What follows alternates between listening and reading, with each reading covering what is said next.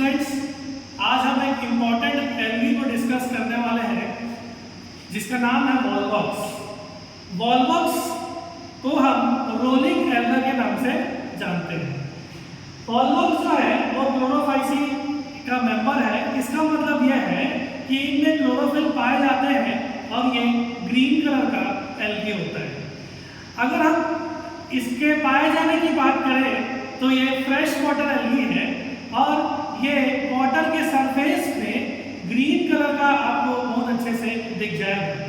मुख्य तौर पर ये रेनी सीजन में पाया जाता है और इनका साइज आल्पिन के जो हेड होता है वो पिन हेड की तरह ये छोटे छोटे आकार में पाए जाएंगे।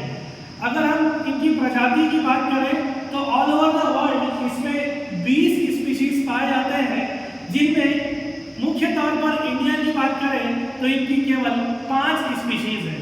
कुछ इंपॉर्टेंट स्पीशीज के नाम बताना चाहूँगा आपको। Volvox globator, Volvox aureus, Volvox prolificus, Volvox africanus. ये कुछ इंपॉर्टेंट स्पीशीज जो वॉलवॉक्स की इंडिया में पाई जाती है। क्योंकि ये एल्गी कॉलोनियल एल्गी है और इस कॉलोनियल एल्गी में सेल्स एक निश्चित नंबर में पाए जाते हैं। अलग अलग स्पीशीज में देखा गया तो ये पाया गया कि इनमें जो सेल्स का नंबर होता है वो 500 से 60,000 के बीच में होता है। एक कॉलोनियल एल्गी जो एक निश्चित नंबर में पाया जाता है, इसको हम टेक्निकली सिनोबियम के नाम से जानते हैं। अगर आप देख सकते हैं कि इनकी पहली में ये सेल्स नजर आ रहे हैं, जो कि ये पूरा कॉलोनी एक जिलेटिन शीट से घिरा हुआ रहता है और अंदर इसके बीच वाले पार्ट खोखले होते हैं जिसमें जिलेटिनस शीट और मटेरियल्स प्रेजेंट होते हैं। एक इंडिविजुअल सेल्स की बात करें तो एक इंडिविजुअल सेल्स में आप देख सकते हैं कि ये जिलेटिन शीट के अंदर ये सेल्स अंदर रहते हैं और हर एक सेल साइटोप्लाज्मिक कनेक्शन से जुड़े हुए रहते हैं। हर एक सेल का आकार नाशपत्ती के आकार का होता है या फिर आप कह सकते हैं कि ये पाइलिफॉर्म शेप के होते हैं। हर एक सेल में आपको बेसल ग्रेन्यूल पाए जाएंगे और हर एक बेसल ग्रेन्यूल से फ्लैजिला की उत्पत्ति होगी। ये फ्लैजिला 2 होते हैं, इस कारण से सेल्स बाइफ्लैजिलेट होंगे और ये फ्लैजिला दोनों ही सेम साइज के होते हैं और विप्लैश टाइप के होंगे। जस्ट बेसल ग्रेन्यूल के नीचे कॉन्ट्रैक्टाइल वैक्यूम पाया जाएगा और इन सेल्स में अगर कहें कप शेप का क्लोरोप्लास्ट पाया जाएगा और इस कप शेप की कैविटी में आपको एक सिंगल न्यूक्लियस भी देखने को मिलेगा। इसका अर्थ ये हुआ कि सेल्स जो है वो यूनिक न्यूक्लिएट है और इसी क्लोरोप्लास्ट में पाइलिनॉइड स्ट्रक्चर्स पाए जाएंगे।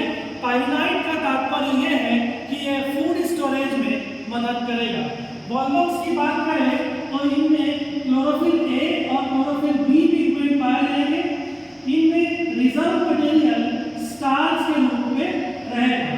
क्योंकि ये क्लोरोफाइसी का मेंबर है और क्लोरोफाइसी में क्लोरोफिल ए और बी मुख्य तौर पर मेन पिगमेंट होते हैं और स्टार्च उनमें रिजर्व मटेरियल होता है। रिप्रोडक्शन की हम बात करें उससे जाने से पहले एक इंपॉर्टेंट पॉइंट मैं आपको बताना चाहूँगा कि ये जो सेल है इनका शेप क्लामाइडोमोनास एल्गा की तरह आपको देखने को मिल जाएगा। ये सेल एक मुख्य तौर पर बात करें तो इस सेल में हमको पोलैरिटी देखने को मिलती है, जो कि इसका कैरेक्टरिस्टिक फीचर है, जो कि इसमें हमको पोलैरिटी 2 देखने को मिलेगी। एक एंटीरियर पोलैरिटी पोल और दूसरा पोस्टीरियर पोल। पोस्टीरियर पोल में मुख्य तौर पर सेक्स ऑर्गन्स पाए जाएंगे।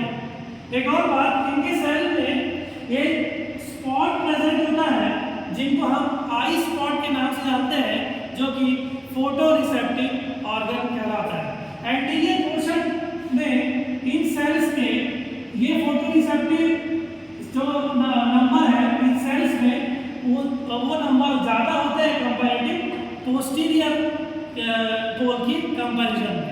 रिप्रोडक्शन की बात करें तो रिप्रोडक्शन 2 तरह के होते हैं। आज हम जो डिस्कस करने वाले हैं तो हम एसेक्सुअल साइकिल को डिस्कस करेंगे। सेक्सुअल साइकिल हम नेक्स्ट एसेक्सुअल साइकिल जो है वो समर कंडीशन पे होगा और सेल का पोस्टीरियर पोल में कोई भी एक सेल आकार में बढ़ जाएगा, फ्लैजिला लूज कर जाएगा और नंबर ऑफ काइनॉइड्स इन सेल्स में इंक्रीज हो जाएगा। बाकी सेल्स की अपेक्षा इनमें फ्लैजिला नहीं होगा। सेल का आकार लगभग 10 से 20 गुना बढ़ जाता है। इन स्ट्रक्चर को हम गोनिडियम के नाम से जानते हैं। ये गोनिडियम 1 से 2, 2 से 4, 4 से 8 हो जाएंगे। जैसे ही वो 8 के स्टेज में पहुंचते हैं तो एक कर्व लाइक स्ट्रक्चर बना देते हैं। इन स्टेज को हम प्लैकिया स्टेज के नाम से जानते हैं। ये सेल्स कंटिन्यूअसली डिवाइड होकर के 8 से 16 सेल्स और उतने सेल्स में डिवाइड हो जाएंगे जितना इस थैलस का एक डेफिनेट नंबर की आवश्यकता हो। ये कर्व शेप में 16 स्टेज में पहुंचते हैं तो आप देख सकते हैं एक पोर जैसा स्ट्रक्चर इस कर्व में देखने को मिलता है, इसको फैलियोपोर के नाम से जानते हैं। ये सेल्स कंटिन्यूअसली डिवाइड होकर के एसेक्सुअल रिप्रोडक्शन से थैलस का निर्माण तो जरूर करेंगे, लेकिन आप एक डिफरेंस देख सकते हैं कि इन सेल्स का जो टिप पोर्शन है जब ये डिवाइड कर रहा है वो अंदर की तरफ है और नॉर्मल थैलस में देखेंगे तो ये बाहर की तरफ होता है। तो होगा ये फाइलोपोर की मदद से ये इंपॉर्टेंट प्रोसेस इसमें होता है जिसको हम इन्वर्जन के नाम से जानते हैं। ये सेल ऊपर की तरफ ढकेलाएगा, ढकेल करके ये पूरी तरह कन्वर्ट हो जाएगा और इस तरह से इन्वर्टेड फॉर्म में पहुंच जाएगा। इन सेल्स और इन सेल्स में डिफरेंस आप देख सकते हैं। इसका टिप पोर्शन जो है वो आउटर तरफ है और जब ये इन्वर्ट हो रहे थे तब इनका जो ब्रॉडर पोर्शन या फिर जो चौड़ा पोर्शन है वो बाहर की तरफ था।